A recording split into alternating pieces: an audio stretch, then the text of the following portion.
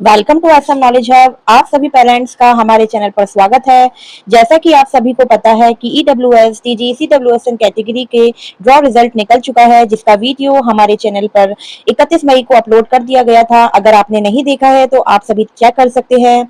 उसके बाद second draw list भी कब निकलेगी, इसके लिए भी इंफॉर्मेटिव वीडियो मैंने अपने चैनल पर डाला हुआ है, तो आप वहां से चेक कर सकते हैं। आप अगर चैनल पर नए हैं तो असम नॉलेज हब को सब्सक्राइब करना ना भूलें और हमारी वीडियो को अधिक से अधिक शेयर कर सके, जिससे एजुकेशन से जुड़ी सभी महत्वपूर्ण जानकारी सभी पेरेंट्स तक मिल सके। तो अब जो पेरेंट्स अपने बच्चों का दाखिला EWS TG CWSN कैटेगरी के तहत करवाने जाएंगे तो उनके लिए ये महत्वपूर्ण वीडियो है। इससे पहले मैंने एक वीडियो और बनाया है जिसमें जो ये DOE के द्वारा सर्कुलर जारी किया गया है, जिसमें सभी महत्वपूर्ण पॉइंट्स जो पेरेंट्स बच्चों का एडमिशन करवाने जाएंगे इसमें मेंशन किए हुए हैं। क्या क्या document at the time of admission आपको लेके जाने हैं, ये मैंने अपने प्रीवियस वीडियो में बताया हुआ है, आप चैनल पर जाकर चेक कर सकते हैं। इसके अलावा ये आज की वीडियो भी काफी ज्यादा महत्वपूर्ण है उन पेरेंट्स के लिए, क्योंकि मैं इसमें बताना चाहूंगी कि जो दिल्ली के प्राइवेट स्कूल हैं, दिल्ली के शिक्षा विभाग ने उनके लिए भी कुछ गाइडलाइंस जारी किए हैं और पेरेंट्स को अच्छे से पता होना चाहिए कि क्या क्या रूल्स एंड रेगुलेशंस हैं जो प्राइवेट स्कूलों को भी फॉलो करने हैं। तो पेरेंट्स मैं शुरू करती हूँ। 28 जून से पहले पहले आप सभी अपने बच्चों का दाखिला दिल्ली के प्राइवेट स्कूल में जहां भी आपके बच्चे का नाम आया है एडमिशन की प्रक्रिया को कंप्लीट करवा लें। अब प्रश्न उठता है कि दिल्ली के शिक्षा विभाग ने जो दिल्ली के प्राइवेट स्कूल हैं उनको क्या क्या इंस्ट्रक्शंस जारी किए हैं।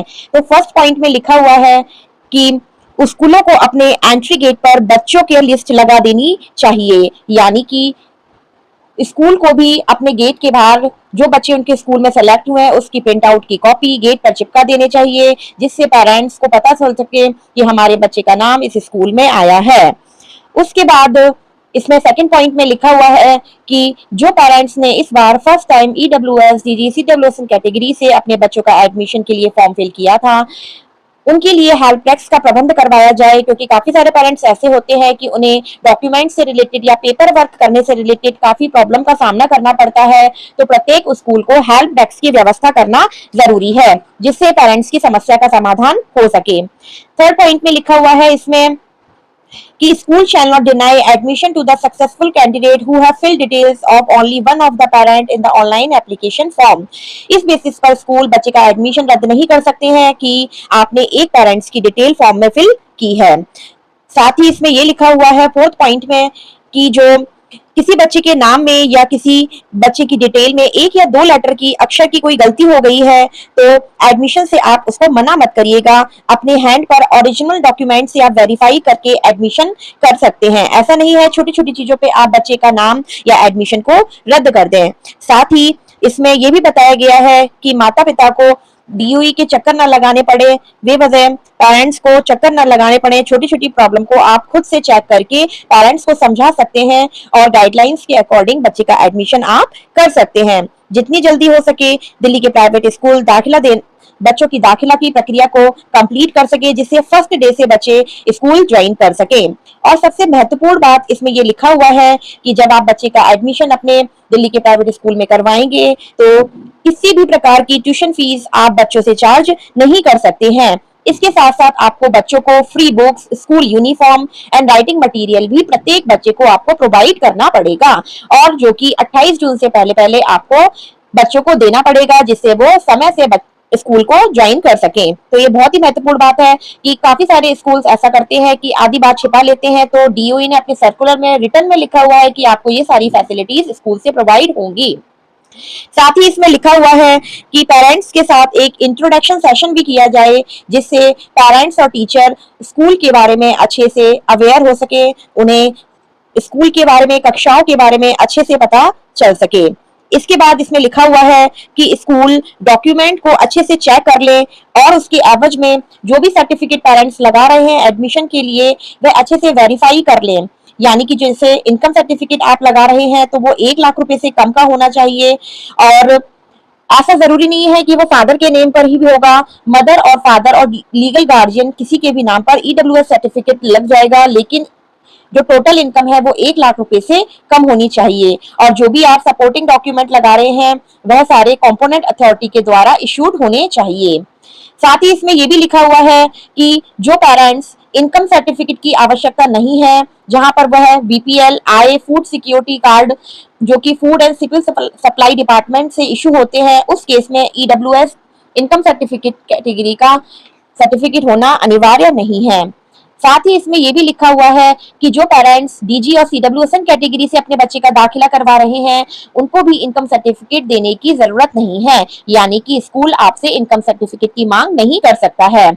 और इसमें लिखा हुआ है कि आप कोई भी स्कूल पेरेंट्स पर दबाव नहीं डालेगा कि आप ये डॉक्यूमेंट गजेटेड ऑफिसर से अटेस्ट करवा के लेके आइए, क्योंकि सेल्फ अटेस्टेड डॉक्यूमेंट ही काफी हैं, लेकिन वेरिफिकेशन के लिए ओरिजिनल डॉक्यूमेंट आपके पास में होना अनिवार्य है। तो पेरेंट्स, ये आपके लिए बहुत ही नॉलेज की बात है कि आपको कोई भी डॉक्यूमेंट गजेटेड अटेस्ट नहीं करवाना है, सेल्फ अटेस्ट डॉक्यूमेंट आपको स्कूल में सबमिट करने हैं।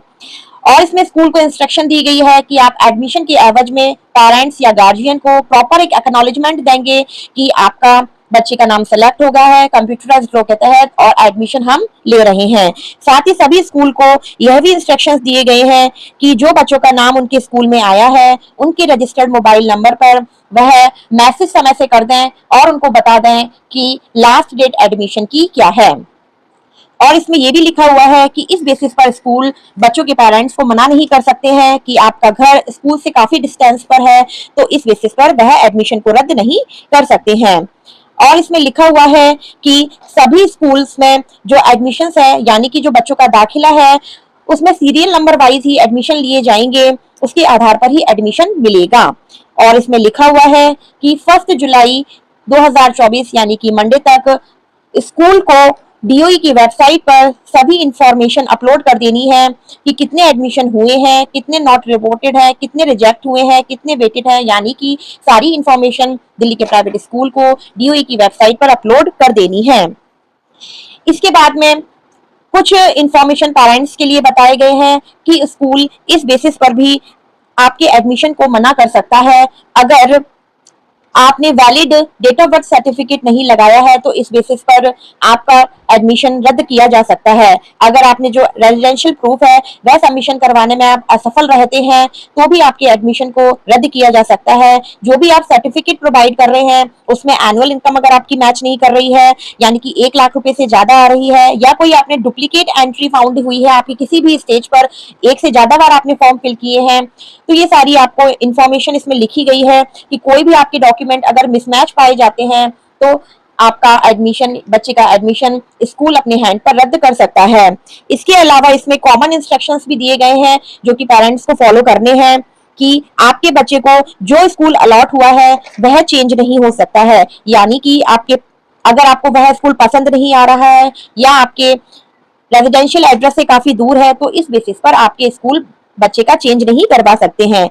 अगर आपके द्वारा दिए गए कागजात नकली या गलत पाए जाते हैं तो उस केस में भी आपके बच्चे का एडमिशन को रद्द कर दिया जाएगा। यदि आपको कोई परेशानी है तो डीईओई ने इसमें ग्रेवियंस के लिए फोन नंबर भी मेंशन किए हुए हैं कि आप वहां पर जाकर नोडल ऑफिसर से बात कर सकते हैं, उनसे जवाब ले सकते हैं अगर आपको किसी भी स्टेज पर अगर कोई प्रॉब्लम हो रही है एडमिशंस के लिए। तो इसमें आगे एनेक्चर्स में फोन नंबर भी प्रोवाइड किए हुए हैं कि अगर किसी स्टेट पे पेरेंट्स को एडमिशन कराने में प्रॉब्लम हो रही है और मेजर प्रॉब्लम है तो आप दिल्ली के शिक्षा विभाग में कांटेक्ट कर सकते हैं। बाकी इसमें अगर कोई आपको क्लैरिफिकेशन और कोई प्रॉब्लम है तो इसमें हेल्प डेस्क नंबर भी प्रोवाइड किया हुआ है 9818154069। आप मंडे टू फ्राइडे 10 बजे से लेकर शाम को 5 बजे तक वर्किंग डेज में यहाँ पर बात कर सकते हैं। आपको असिस्ट किया जाएगा, अगर कोई प्रॉब्लम है तो उससे रिलेवेंट आपको उसका सोल्यूशन दिया जाएगा। यह notification Devendra Mohan ji, deputy director of education के द्वारा पूरा सर्कुलर दिया गया है। तो पेरेंट्स, आप इस सर्कुलर को अच्छे से समझ लीजिए। इसका लिंक मैं डिस्क्रिप्शन में आपको दे दूंगी। क्या क्या डॉक्यूमेंट आपको at the time of admission देने हैं वो भी मैंने बताया हुआ है। तो पेरेंट्स, आप इस सर्कुलर को, क्योंकि काफी लंबा सर्कुलर है, जो मेन पॉइंट्स है मैंने आपको बता दिए हैं। इससे पहले वीडियो में मैंने आपको बताया था क्या क्या डॉक्यूमेंट आपको लेके जाने हैं, और इस वीडियो में वह गाइडलाइंस जो स्कूलों को फॉलो करनी है आपको भी पता होना चाहिए, जिससे आपको कोई भी मिसलीड ना कर सके। इसी तरीके से एजुकेशन से जुड़ी अधिक जानकारी के लिए एसएम नॉलेज हब पर बने रहिए। चैनल को अधिक से अधिक शेयर करिए और हमारे आप इंस्टाग्राम और फेसबुक पेज से भी जुड़ सकते हैं, वहां पर भी आपके प्रॉब्लम का सलूशन दिया जाएगा। जब तक के लिए चैनल पर बने रहिए। धन्यवाद।